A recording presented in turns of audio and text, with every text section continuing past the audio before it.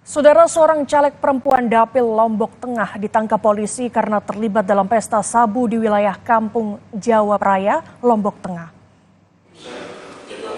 Caleg perempuan Dapil 1 Praya Lombok Tengah ini ditangkap bersama 6 orang lainnya dalam penggerebekan polisi di sebuah rumah di Kampung Jawa Praya, Lombok Tengah Selasa malam.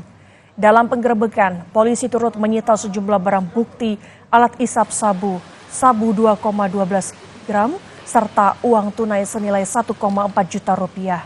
Hingga kini polisi masih menyelidiki kasus ini dan akan melakukan gelar perkara.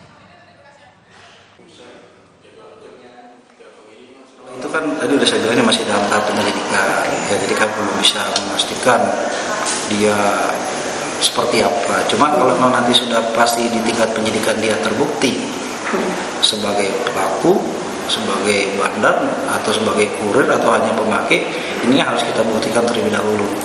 Kalau nanti sudah terbukti, baru nanti kami adakan pemberitahuan atau info yang lebih detail lagi. Surat resmi Pak ya ke KPU. Kalau berupa surat, nanti kami kan akan adakan gelar perkara dulu, Mbak.